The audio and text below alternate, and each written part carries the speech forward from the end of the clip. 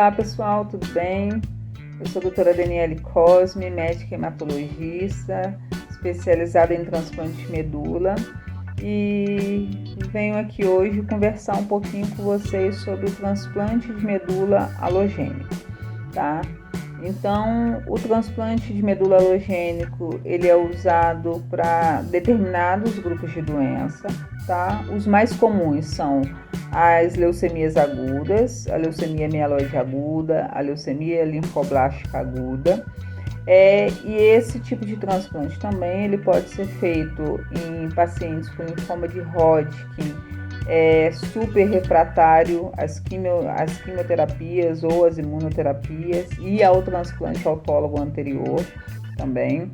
É usado em uma doença chamada anemia plásica, em doença falciforme, enfim, ele tem alguns usos outros, em outras doenças também autoimune. Então, como funciona o transplante halogênico? Primeira coisa que a gente precisamos de um doador. Halogênico significa que esse transplante não vai ser da célula do próprio paciente, como no autólogo. A gente necessita de um doador. E a gente tem dois tipos de doadores, tá? Tem o doador aparentado, que é de preferência um irmão, que seja 100% compatível ou 90% compatível. Ou a gente precisa de um doador não aparentado, que é alguém, por exemplo, nós estamos no Brasil, já tive paciente que recebeu medula da Alemanha, por exemplo. Então, mas esse doador, ele só tem que ser 100% compatível com o paciente, porque essa questão da compatibilidade é o que vai evitar algumas intercorrências no transplante, no pós-transplante, como a doença do enxerto contra o hospedeiro, tá? Então, é isso. A primeira coisa são os doadores. A gente tem uma modalidade de transplante halogênico também, chamada de transplante haploidêntico. O que é isso? É uma modalidade de transplante que é feito com familiares do paciente que não foi 100% compatível. E geralmente nesse transplante é usado os irmãos que sejam 50% compatível ou pai ou mãe que geralmente são 50% compatível com seus filhos, tá? Mas pra gente buscar esses doadores, independente de ser da família ou não, são realizados vários exames.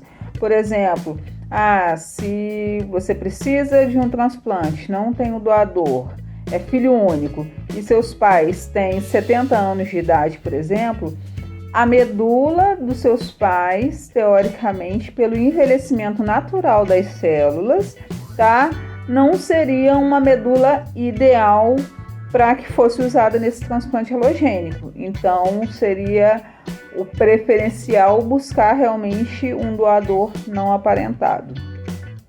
Então, se é uma criança, se é um bebezinho, filho único, que tem uma doença muito grave, que não dá para esperar por um doador não aparentado, esse haploidêntico hoje pode ser feito com os pais, que a gente espera aí que tenha uma idade abaixo de 50 anos, por exemplo. Então, essas são as modalidades de transplante: halogênico, aparentado, não aparentado ou haploidêntico. A próxima fase é ver se esses doadores têm são feitos diversos exames nos doadores para ver se tem alguma doença ali que seja proibitiva dele fazer a doação, ou se tem algum fator na genética dele ou nos exames dele que possam colocar o paciente em risco. Por exemplo, é um paciente com uma doença viral grave, é um paciente que tenha, por exemplo, citomegalovírus. A gente sabe que a reativação desse vírus chamado citomegalovírus ocorre, é muito importante no pós-transplante. Então a gente avalia vários detalhezinhos desse doador. Então vamos lá, fizemos toda a avaliação e esse doador está apto, tá? Então, qual vai ser o próximo passo? O paciente ele vai ser preparado para receber essa medula do doador, tá? E essa preparação vai depender do tipo de doença desse paciente, e a depender do tipo de doença a gente vai escolher a quimioterapia ou tratamento ali pré-transplante. Então, em pacientes com LLA, por exemplo, a gente pode fazer só uma radioterapia, que a gente chama de TBI, para tentar matar essas células da leucemia linfóide que ficaram ali no corpo. Ou esse paciente pode receber só quimioterapia. Nos pacientes LMA, geralmente, a gente não faz o TBI, a tendência é fazer uma quimioterapia também de alta dose, uma quimioterapia forte. Então, o paciente ele tem um preparo ali com quimioterapia e ou radioterapia, a depender do tipo de doença, tá? E enquanto isso, o doador vai ficando ali do ladinho dele, principalmente se for da família, para que no D0 do transplante, que são os dias que a gente espera ali após fazer esse tratamento com quimioterapia ou com radioterapia, a gente conta uns dias depois para fazer a infusão da medula. E a infusão da medula é esse D0 que a gente chama.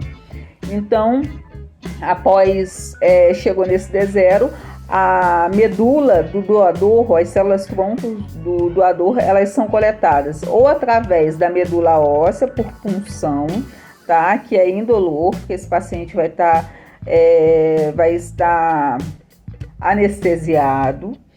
Ou essa coleta de células ela pode ser feita através do sangue periférico, com uma punção venosa no braço, por exemplo, tá? No braço ou com um catéter, enfim, aí vai depender do método que o centro vai usar. Então, após a coleta, essas células são preparadas e colocadas, infundidas através de um sistema venoso no paciente. O paciente geralmente vai ter um catéter venoso que pode estar no pescoço, supraclavicular, enfim, a depender de onde o vascular geralmente passa esse catéter para receber essas células tronco. Então essa é a primeira fase da etapa do transplante de medula halogênica.